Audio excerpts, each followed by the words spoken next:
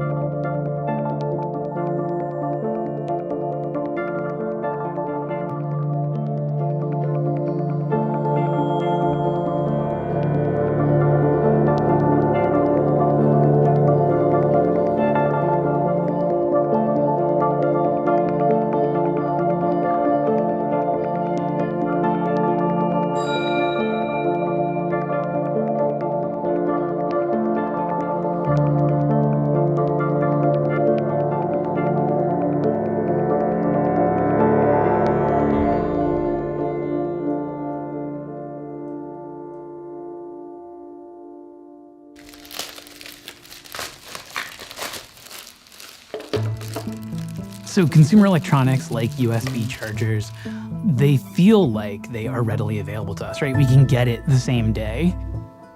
USB chargers are an interesting product. They're relatively simple. The key thing is those chargers don't sell for a lot, so you have to keep your labor costs down and you have to really focus on efficiency.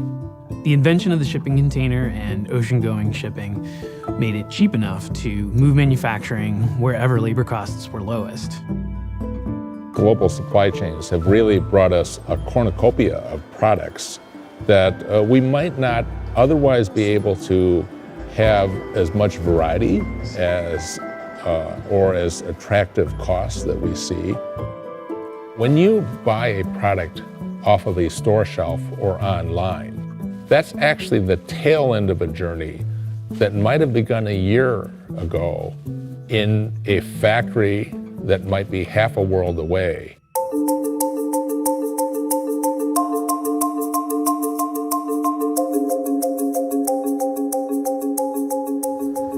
Vietnam has been attractive because of relatively low-cost labor.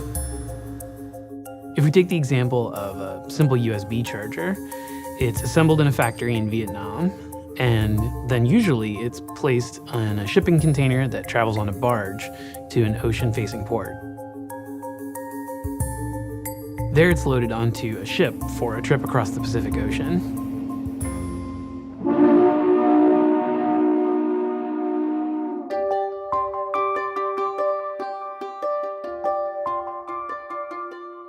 The trip across the Pacific Ocean can take anywhere from 20 to 30 days.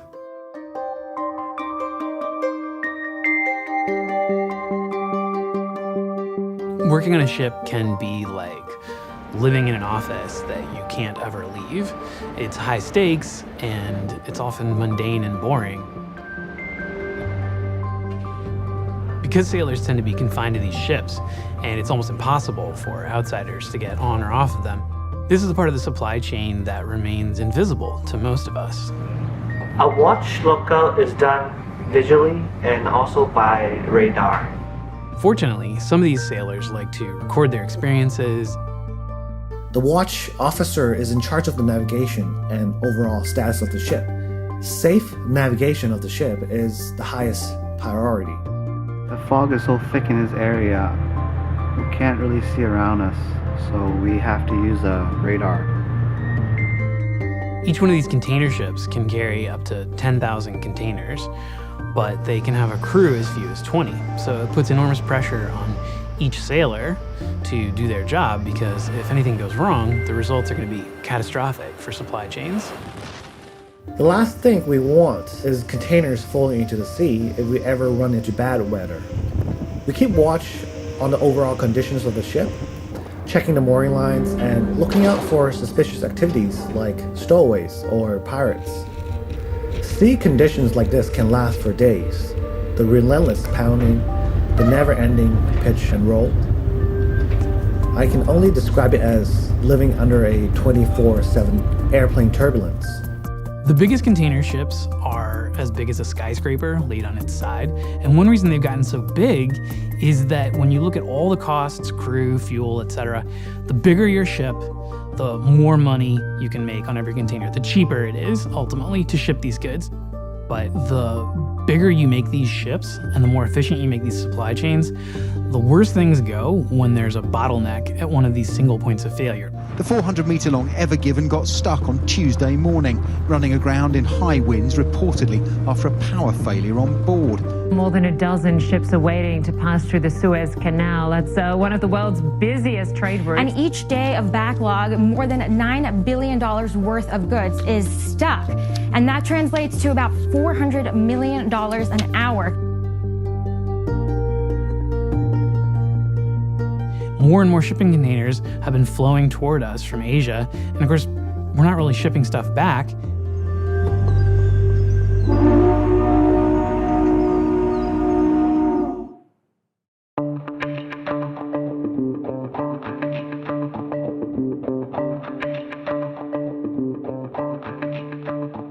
Now, we see a large number of ships in San Pedro Bay. Eventually that cargo is going to land. Eventually it's going to hit the beaches.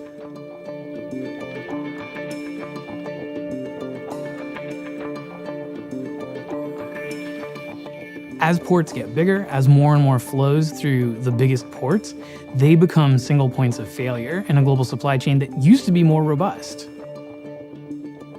The Port of Los Angeles and neighboring Port Long Beach represent 40% of our U.S. imports and nearly 30% of America's exports, showing just how critical this gateway is to the American economy.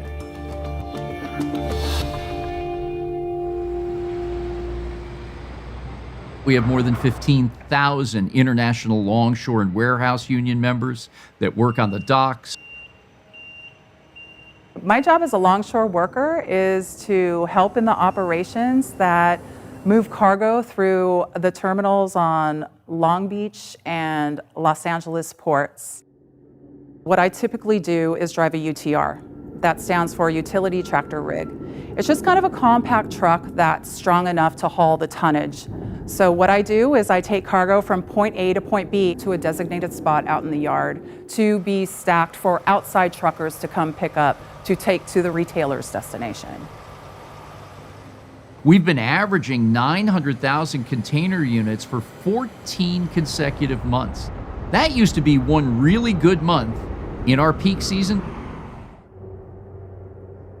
We use these giant ship-to-shore cranes to unload containers. Typically it takes 3 to 5 days, but with all of the problems we're having right now, productivity is suffering big time. It's taking up to 2 weeks to process a ship that would typically take 3 to 5 days. Once a container's on the dock, a mix of humans, robots, and software is going to be picking it up and moving it to stacks of containers inside the port itself, where it's going to be sorted and resorted so that it's available for trucks or rail that are going to move it out of the port. There is no room. We've gone even higher in the piles for our ground cranes to have to dig through, and we've also used every square inch available on our ports in order to put containers, and it's very, very hard to move them in a timely manner. Ports are in some ways amazingly democratic places, which means that they're often very contentious places. You have the longshoremen, that's an extremely strong union. You have the terminal operators, you have the city of Los Angeles or Long Beach who actually owns the port. You have the ships coming in, and finally you have the drivers who are picking up shipping containers from the port. If you want to make a change, like maybe you operate the port 24 hours a day because you're trying to eliminate a backlog, nobody owns that entire system and can just dictate that that happens. There has to be consensus, and consensus with these groups of people is very difficult. Congested ports and higher shipping costs have threatened to derail our nation's economic recovery. After weeks of negotiation, the Port of Los Angeles announced today that it's going to begin operating 24 hours a day, 7 days a week.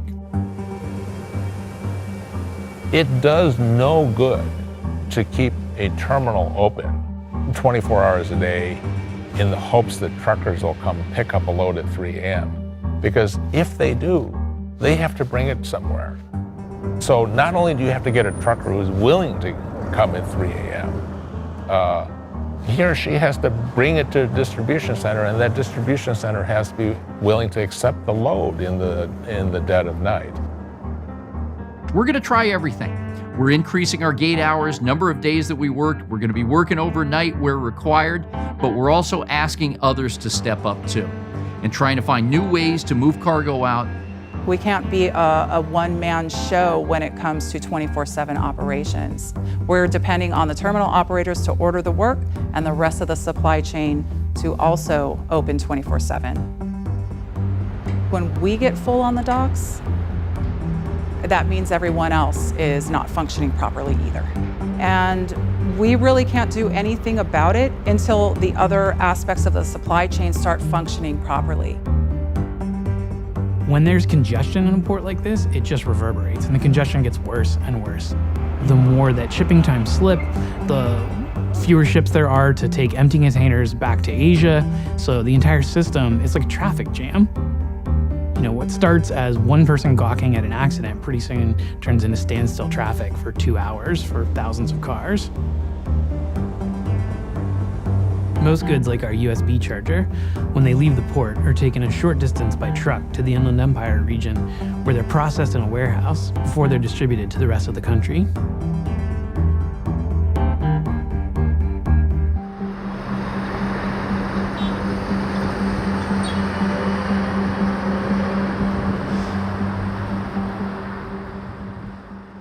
After our USB charger is unloaded from a shipping container, the next leg of its journey is by long-haul truck.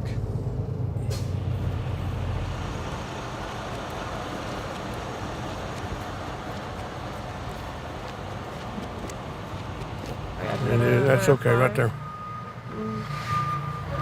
Might get lucky and get loaded early. I'm probably going to be here about an hour. I hope it possibly could be 3. We'll just see how busy they are today and what's the what their schedule's like, how fast they are. I'm not rolling, so I'm not making money. So that's part of the problem is when you sit around and wait all this time, the wheels aren't turning, you're not making any money. I am a professional truck driver. All told, over 30 years, I've been driving a truck. There are 19 pallets. Did you want me to front load it or do you want me to double stack? You're not going to pick up another load, right? No, how heavy is it? I'm an over-the-road driver. I'm gone typically 2 weeks at a time, roughly 3,500 to 4,000 miles a week. hauling all types of freight. Everything from housewares to rice to water to beer to name it, you put it in that truck and I haul it.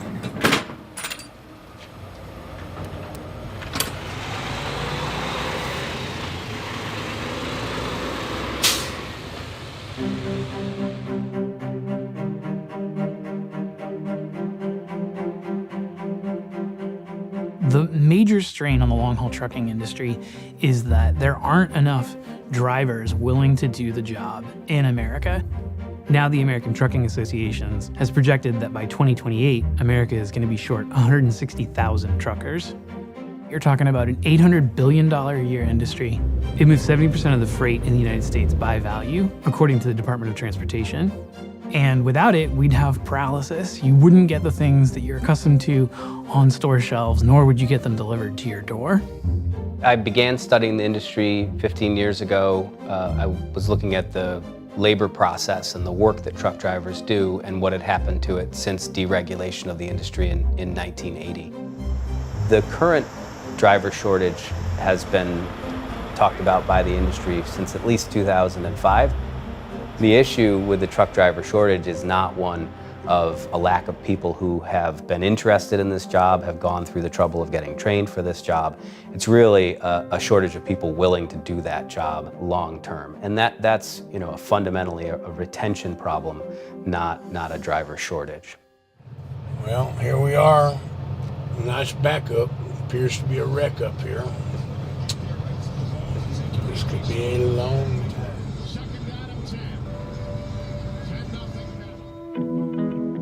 Trucking used to be one of the very best blue-collar jobs in the United States. The industry was almost fully unionized by the Teamsters Union. Unionized truck drivers were making up to 20% more than even unionized steel workers or auto workers. It was one of the best jobs you could get, and when you got one of those good jobs, you were likely to stay in it until you retired. And what happened was the industry was deregulated. In 1980, the union was pushed out of the big segments of the industry, and wages and working conditions followed. Truck driving is a blue-collar job. There's nothing glamorous about it. You know, most of the common person thinks, oh, anybody can drive a truck. They don't take into consideration you're gone from your family. You work long hours.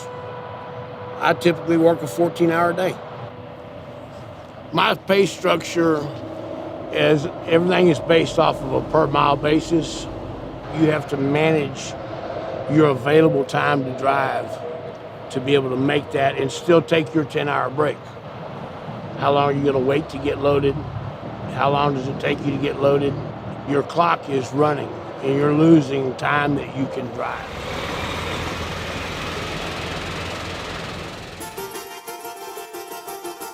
What the big limitation is for those drivers is that they can only drive so many hours per day. There are federal rules. They have to record the hours that they drive and that they work. Now it's done electronically. This clock has got a lot to do with when you can make your appointments.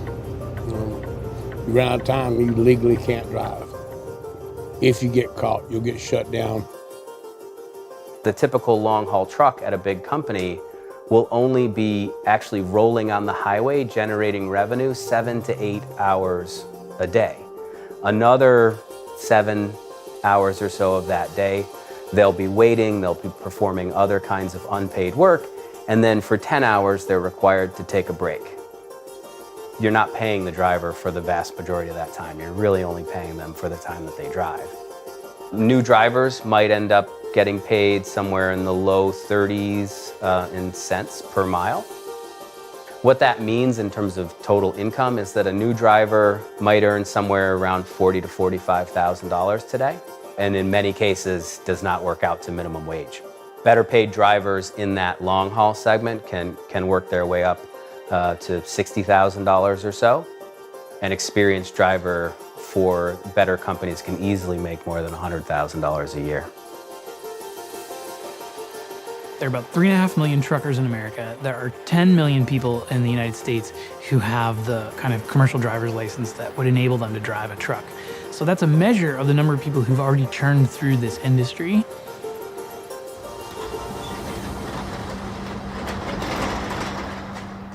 So one of the peculiar things about trucks and trucking in America is that where every other part of the supply chain has consolidated and the big have gotten bigger, trucking is still incredibly fragmented. So small trucking companies, which of course is the majority of the freight that's moved in the US, they have a limited amount of leverage, right? They are selling their services on a market where the freight brokers and the shippers have all the advantages in terms of data, in terms of being able to set rates. And so those small trucking companies, it's very take it or leave it for them in terms of loads. The name of my company is Avalon National LLC. We're based in Cassadaga, New York. We're up to about 11 trucks right now and struggling like everyone else. The driver turnover, ours is getting higher now because we lost a few good drivers and we can't replace the good drivers that we lost. We really had to work at making sure that our loads were paying well enough. Our drivers that were currently on the road were staying moving, staying busy, completing those loads, but also taking into account that, you know, they are human and have a family and everything at home as well. Hold on, this is the driver. Hey Rocky, it's Ashley. You're all set to pick up that load a little bit later. She said just, you know, work your magic and try to get over there when you can. They know you're gonna be a little bit late due to your drop-off time. Alrighty, drive safe. We've had trucks sitting for not having drivers, which, you know, is a big downfall for us. You know, it's something I shouldn't be doing, but I should because I'm short drivers. Okay. So I'll drive the truck myself. It's that critical. I've owned a couple companies and it's a tough business to be into. There's times I can't even get back to sleep. I wish I could, but I can't. I just got too many worries all the time. To recruit more drivers, we've increased our pay to 71 cents a mile. That's very good pay today, 70 cents a mile. We're trying to get our benefits a little bit better.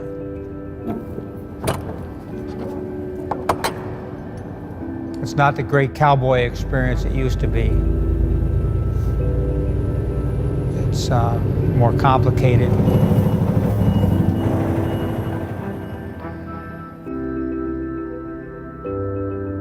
The laws, the regulations put you up against the wall to be able to meet not only your deadline or your appointment to get your load delivered, but now you're fighting the clock in order to have a place to stay safely at night.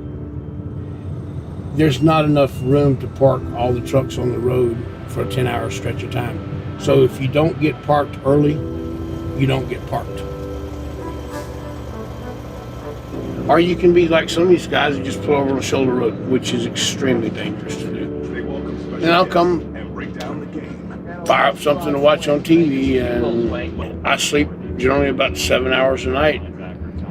So by the time I eat and watch an hour or so of TV, I'm done. New oven-baked dips are so new that we made a new commercial about their newness. Try new flavors like our cheesy marinara, baked apple, or hot melty pie.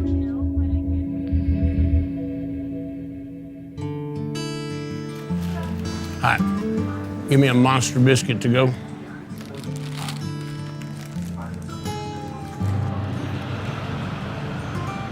I'm probably running as hard or harder than I've ever ran in the whole time I've been driving the truck. I'm 62 years old and I'm trying to last until I'm 70. Lord willing, my health holds up, I'll make that 8 years. So the stakes here are incredibly high. The average truck driver is aging, they're not being replaced. If these dire predictions hold true, within a decade, we'd be looking at something like paralysis for the trucking industry. This is really important right now because we're at this transformational period. We're moving from the big box supply store to increasing e-commerce shipments. And e-commerce is way more dependent on transportation than the big box supply chain. the ease of shopping these days, online, Amazon, those kinds of things, where you get on your phone and you can, for Christ's sakes, literally buy your groceries. You're gonna get it one way or another. How much are you gonna pay for it? You know, how long do you wanna wait for it? In 2021, people are not real patient for waiting for what they want because they're so used to being able to click, click, click and have it on their doorstep tomorrow. But everybody needs to remember that no matter what you got, it got there via truck. So when our USB charger is on a truck, its next stop is inevitably going to be some kind of warehouse. It's often, if you're talking about e-commerce, what's known as a fulfillment center.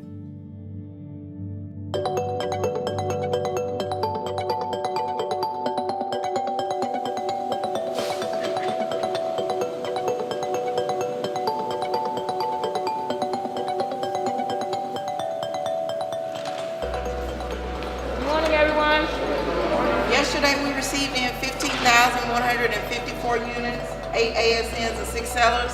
Come on, right up left. 1, 2, 3, 4, 5, 6. 1, 2, 3, 4. As with trucking, working in a warehouse is a physically demanding job. And that's one reason that companies have problems with turnover and retaining workers.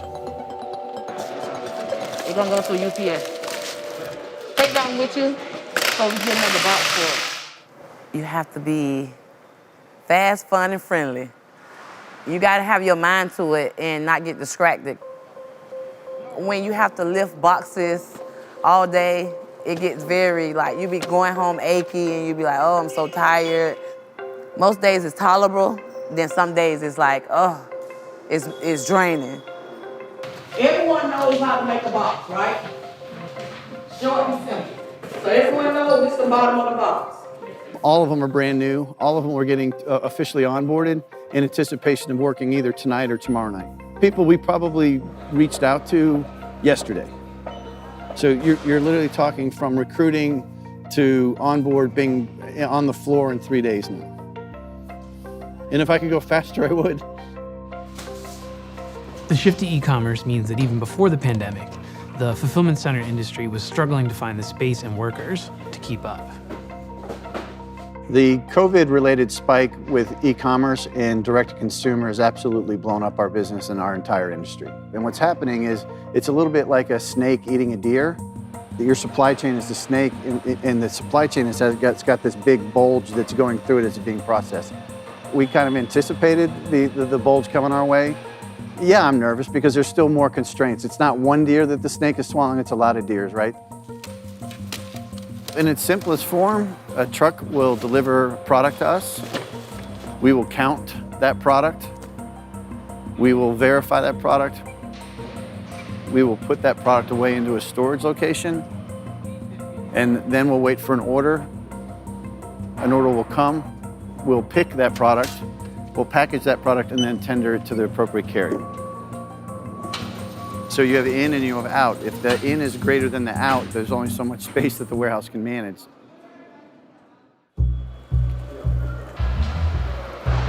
We've managed space here by leveraging our optimization tools and leveraging our technology. We have a goods-to-person robotics and we have person-to-good robotics. Both of those we are scaling up here in the facility. So one of the big advantages about the new automation is that it's so flexible. With the robots, here we are 2 weeks before Black Friday, and we're literally inducting robots right now to increase capacity. So Vert is using technology really to drive the next generation of what we're trying to do from a distribution standpoint. I'm on the cutting edge of trying to create technology and enable alternative networks to Amazon. Fulfillment's really been defined by Amazon. So they've opened the doors and the rest of us are now finding creative ways to support that. So at Amazon, there's this thing known as the promise. So the promise is we're gonna get you your goods in 2 days. But of course, Amazon has been raising the stakes throughout its entire life as a corporation. So then the promise became 1 day, the promise became same day, the promise became 3 hours. In order to achieve this in a fast and efficient way, it's got to be automated as much as possible. Amazon, of course, has been a leader in this kind of automation, but now everyone else is following suit. We're a global third-party supply chain provider. The Indianapolis campus specifically, we have 12 distribution centers, roughly about 4 million square feet of distribution space. We utilize robots and technology in our facilities because we want to be able to get merchandise quickly to market.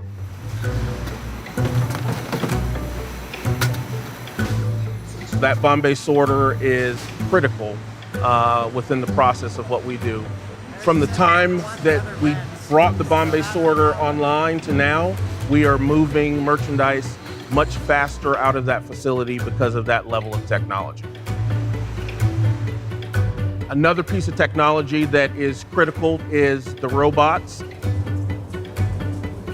These robots basically allow our teammates to pick much faster, pick safer, and be able to walk less within the facility. If you look at how we used to pick manually, we were picking about 70 units per hour, and now with these robots, we're picking 140 units an hour. There's a speed component, obviously, but we definitely keep those capped at a certain level because it all comes back to safety.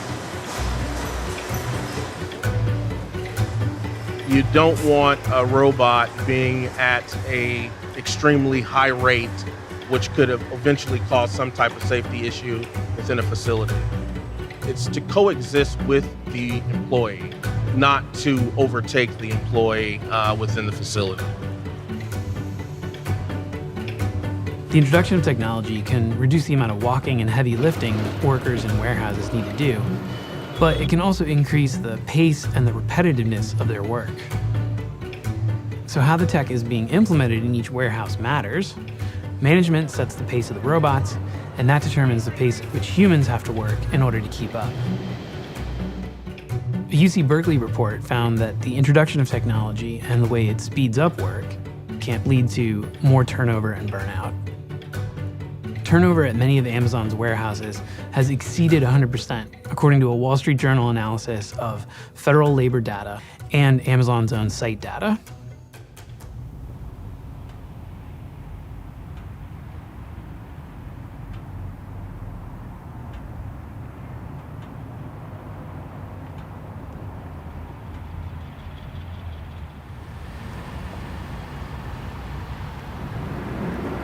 Well, just finished a nice 12-hour long shift. So I'm going from work, Amazon warehouse, MSP1 in Shakopee, Minnesota, home. One of the downsides to working till 6 a.m. is the sun coming up, at least when you want to get to sleep.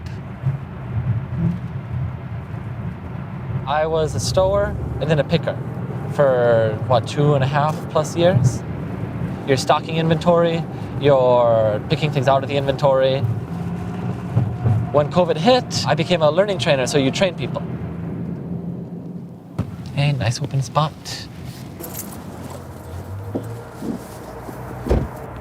Good morning. Some of the things that I train people on are like how to access a robotics floor safely, how to fix individual pieces of equipment. I've worked at Amazon for 4 years now. When I first started, my feet hurt. I would get blisters. Blisters suck. After a long work week, you will quite literally feel hungover the day after. Like just from the long hours, like I feel kind of hungover right now from all of the just stress and strain that's put on your body.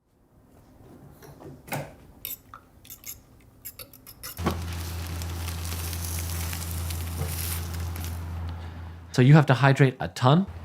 You need to get whatever sleep you can. When I started working at Amazon, in the first month, I lost 10 pounds. So I had to eat a meal before work, first break, second break, third break, and after work, just to keep my current weight. You have to make different adjustments like that to your life to make sure that like you can physically make it through.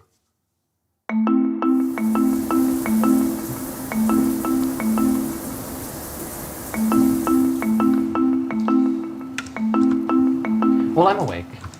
At least today is my last shift. So tomorrow I'll be able to bring your mail over.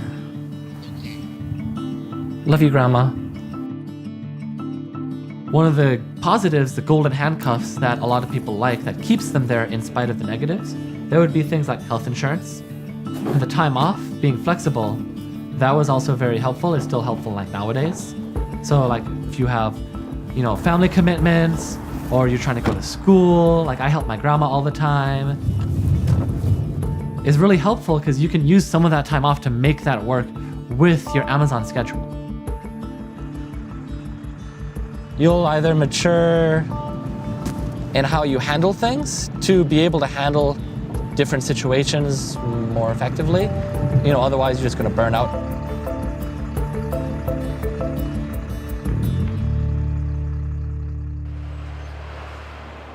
These warehouses are located at strategic points on our nation's highway system where land is cheap and widely available, and so they tend to cluster.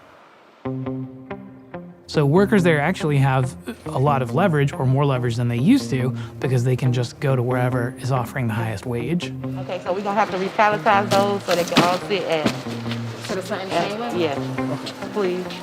It's a very competitive thing of working in warehouse nowadays when you got different jobs that's offering you $22 an hour to come work for them. I started off as a picker, to a manual picker, to a packer, and then I moved to shipping. Because I always said I wanted to learn everything in the warehouse. That's my goal, to challenge myself.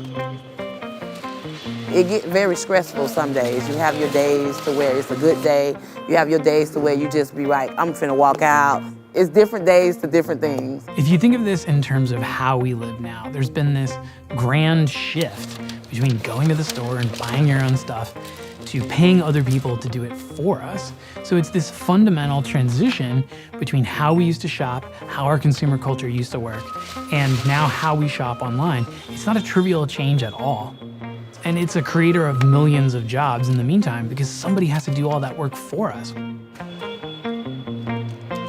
If labor continues to be a challenge, we'll continue to optimize through automation and robotics to offset the labor issue. But the reality is that the cost of fulfillment will go up because the cost of labor will go up.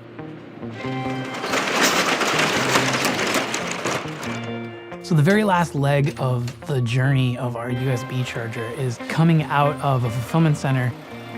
Then it's gonna end up being loaded onto a truck at what's known as a delivery station, and that truck is what will carry it to its ultimate destination, you know, a business or your house.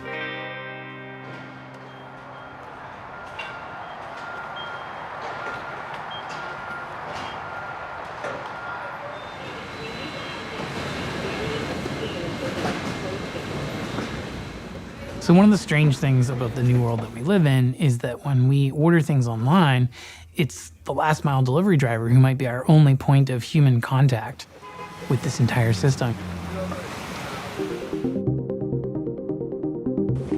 We might even know our local UPS driver or our local postal carrier because they tend to have very consistent routes. Doreen likes her stuff inside because, especially if it's going to rain, other carriers sometimes don't leave it in the same spot. And she's like searching the farm. So I try to be very consistent every day. I've been with UPS for 32 years, since 1989. I've been on this route for about 12 years, going on like 13 years now. It's okay, here. Come here, come here. Ready? I know, see? Everything's all good now.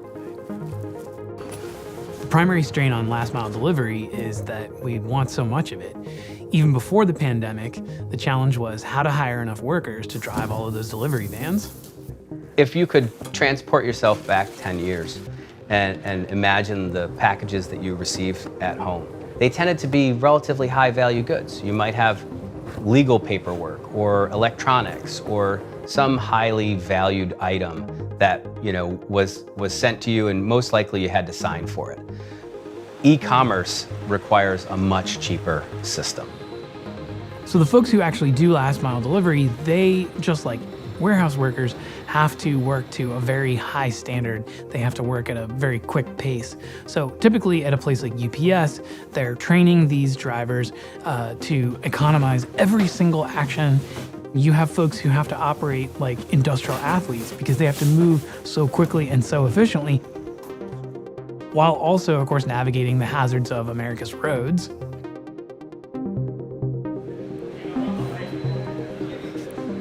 Today we talked about three things. We talked about keep your eyes moving, right? 2 seconds in the front, 5 to 8 seconds in the rear. We talked about counting 1, 2, 3. Count 1, 2, 3 before you put your vehicle in motion after that vehicle in front of you starts to move. So last mile delivery is extremely physically demanding because people are having to jump on and off a truck all day long. They have to carry heavy packages, and it's really, as in warehousing, the repetitive motion that can be damaging to people's bodies. So of course people have to be trained to do this safely. It's not just about lifting safely, it's about lifting safely 200 or 300 times per day. So there's more than 500 methods to deliver one package. I mean, everywhere from that 3 points of contact, that first step, scanning my area. I'm approaching the stop, I'm scanning that area, I'm signaling, okay, I'm gonna be parking here. I got my handbrake, pulling my mirror. I'm planning ahead, okay, I know that for this stop I have 5 big packages, I know they're in the back. Okay, so I'm gonna pull up to this place, put out the hand cart.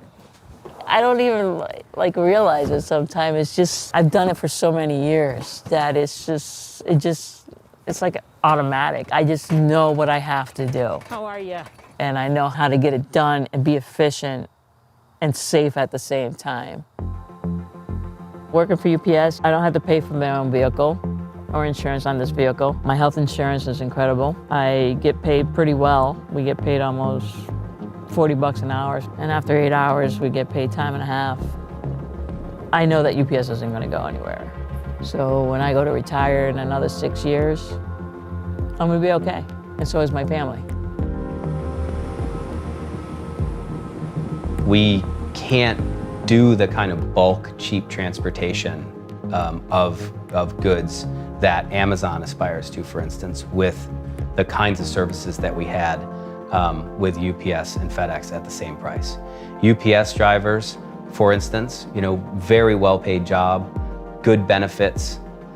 And so what's happening in last mile is an attempt to create a much cheaper version of UPS or FedEx. So the trend in last mile delivery has been toward contract drivers, and it's a way to not just limit liability, but also limit how much any one company has to be responsible for anybody's working conditions.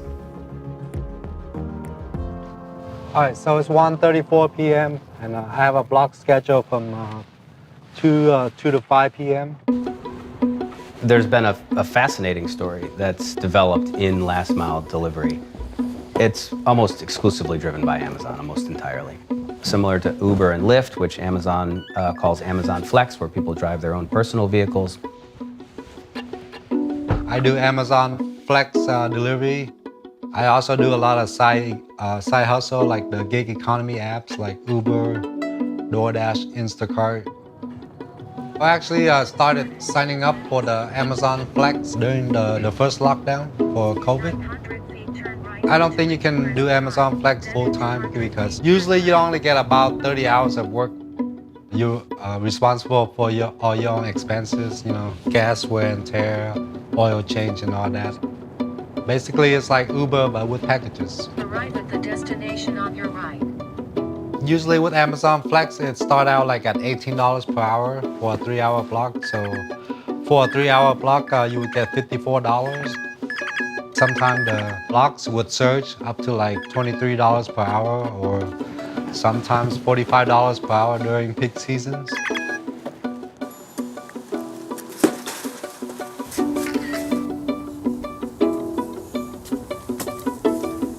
It can be lucrative if you're willing to be patient and leverage all the surge. Peak season is definitely here. So this block was 3.5 hours for $157.50, fam. That's the biggest 3.5 hour block pay I ever seen. That's like $45 an hour. Mostly I get country routes. From one delivery to the next is about 6 miles.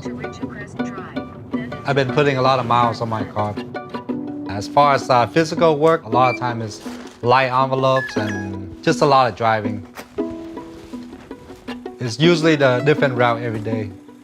I think it's inefficient because you don't really get to learn your route or your delivery area. In order to keep up with its own demand for last mile delivery, Amazon had to create a last mile logistics network just like UPS's or FedEx. But theirs consists of subcontracted local delivery companies that actually own and operate the Amazon branded vans. And so what they've moved to is a relatively unique approach, which is a kind of franchise. And so now you can buy 40 vans from Amazon or lease them as an entrepreneur. You can hire up to 100 drivers in what they call a DSP, Delivery Service Partner. And then Amazon does all of the planning. So they put all the packages together, label them, plan the route, and then your drivers of your franchise will take a van that you own with an Amazon logo on it and drive to the fulfillment center, load it up, and then follow the route that Amazon provides on their phone. I've been working with Amazon Flex for about 2 years now. I also used to work with Amazon DSP for about another 10 months. Driving the blue van I think it's a very physical job. Sometimes you have like 200 stops and 300 packages in like a 8-hour or 10-hour shift. My most ever stops in one day was like 240 stops. It is what it is. Do your job. Make sure you come home in one piece. You have to be on pace with the Amazon's expectation of 20 stops per hour. So one of the effects of using subcontractors in order to do your delivery is that when drivers are pushed to make more and more stops per day, if that leads to an accident, then the parent company is shielded from any legal liability. And I think that'll be the central question of the next, decade or so for Amazon if they continue on this model is, what responsibility does Amazon have for those workers and what they do out on the roads?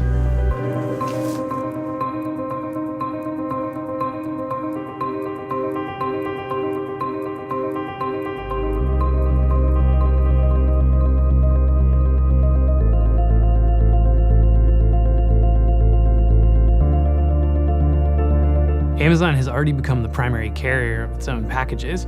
Now it's touting that it expects to beat UPS and FedEx at their own game.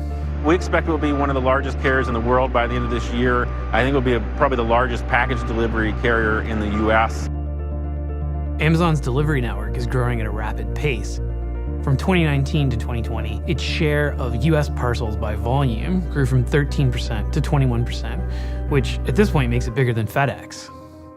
Last mile delivery work, which has been fairly high quality work until recently, is facing a similar kind of decline that long haul trucking experienced after deregulation. So the job's being de-skilled, workers are paid less and less over time, and it's causing very high levels of churn within subcontractors for major companies. We are going to need to hire hundreds of thousands of last mile delivery workers to meet the needs of e-commerce in the next decade or so. And we may have a shortage of those kind of workers in the future. When I was working for the Amazon delivery company, I didn't see any future or any career advancement, So I just quit. I really like the Amazon Flex work because it gives me a lot of freedom to choose.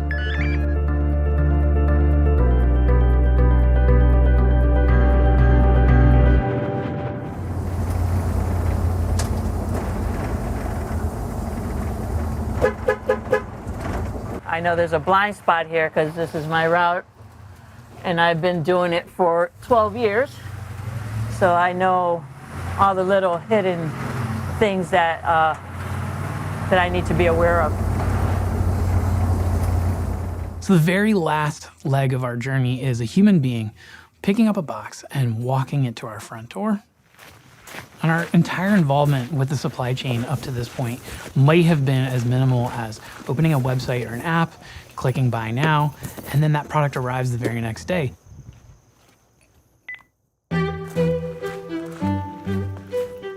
When you think about ordering a USB charger online and having it delivered to your door,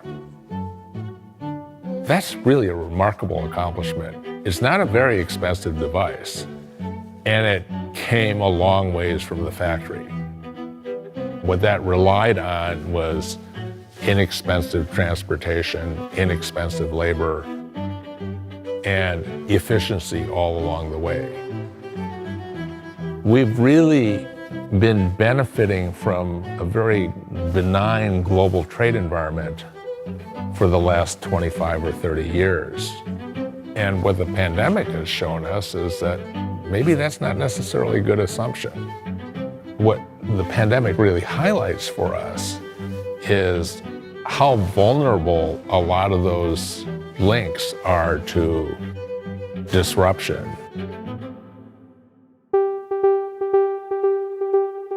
Consumers are finding themselves having to adapt to the frustration of intermittent shortages, not being able to get what they want because one thing or another can't get through the supply chain. Beyond shortages, obviously one of the biggest impacts of supply chain issues are increased prices. It's difficult to predict the persistence and effects of supply constraints, but it now appears that factors pushing inflation upward will linger well into next year. Challenges in supply chains make it difficult to fight inflation with the usual tools, which is adjusting interest rates. The most powerful financial institution in the world is telling us that interest rates aren't necessarily enough to deal with all of this inflation. As a result of these supply chain challenges, companies are rethinking where things are manufactured and how far they have to travel in order to get to us. One of the questions that a lot of people have asked because of the pandemic is about all this manufacturing that has moved offshore, and can we move it back onshore? That was really driven by the labor cost differential, which was substantial. So moving from a high-cost country to a low-cost country, economically that's pretty straightforward. Moving from a low-cost country, reshoring to a high-cost country, that's a whole different question. We'll see some, but we shouldn't underestimate the challenge. It's a big day for the tech industry in Texas. Samsung officially announcing it's bringing a $17 billion semiconductor factory to Taylor.